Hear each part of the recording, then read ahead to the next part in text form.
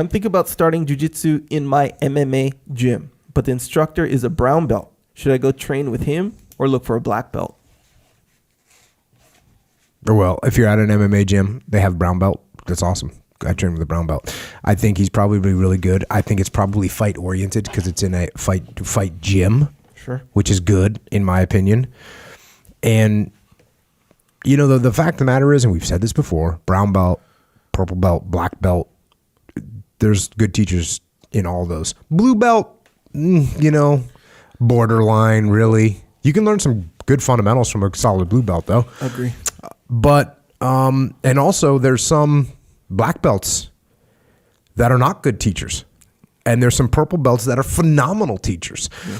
So, yeah, go train. Yeah. I think that's a pretty simple question. Yep. Yeah, it depends. You know how you just said, like, some purple belts are great teachers.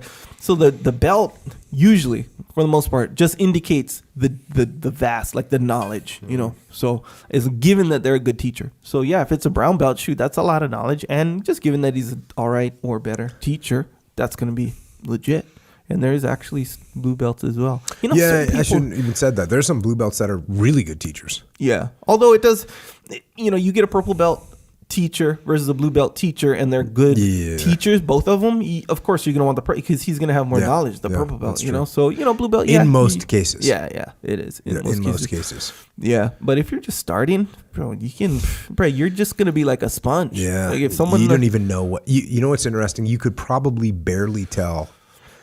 If you're a white belt and you roll with a purple belt and a black belt, you wouldn't be able to tell the difference. Yeah. All you know is you got your ass whooped. Yeah, that's what you know. Yeah. That's all you know. You don't know how easy it was for them because it's the same level for both of them. Neither one of those people's trying hard against a white belt. Yeah. And if they know how to teach, like I said, he's an instructor. He's the instructor. He's a brown belt. Yeah. He's going to be fine. In fact, that's way more common than you think. I mean, we're in San Diego. Yeah. Even in San Diego, though. There's a brown belt instructors for sure. Yeah. And they're good too. Yeah. And especially if you're just starting, yeah, man. Good. Do that.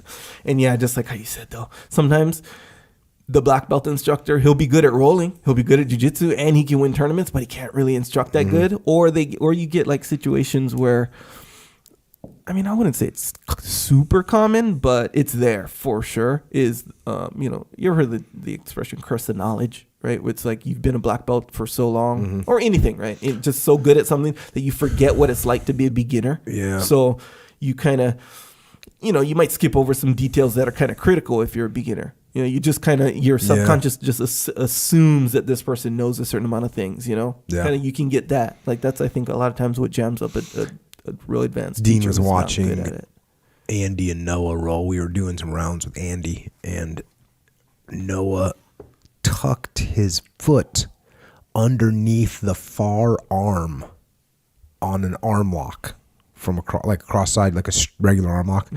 And Noah's tucking his foot under there. And Dean says, you know, hey, that's a really good detail. Who taught you that? And I was like, I taught him. And he was like, I taught him.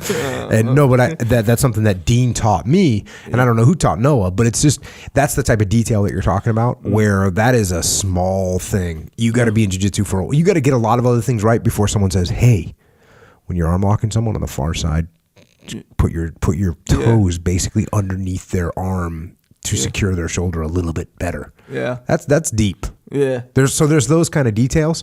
There's another thing where I had a finish for Dean, or Dean was teaching me an arm lock finish, and I would try it and I would try it and I would try it and I would try it, and it would never work. I tried it on him 50 times, and finally one day he says, hey, when you do that move, put the pressure here instead of here. The next time I did it to him worked. Yeah. You know what I mean? Yeah. And then one little detail. Yeah. The same thing happened the other day with Andy. I was going with Andy and we were doing arm lock escapes.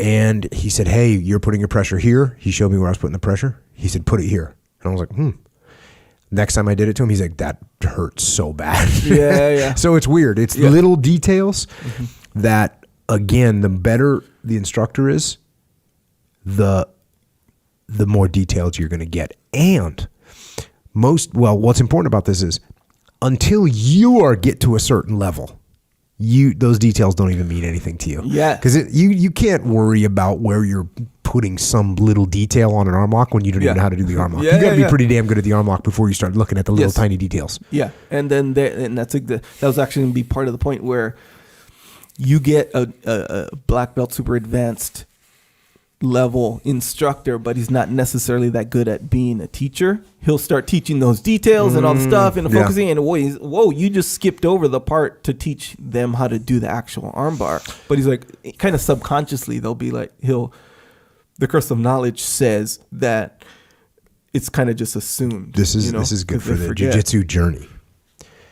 I used to say this when I'm teaching you a jiu-jitsu move. Let's say there's 10 things that you have to do to make the jiu-jitsu move work.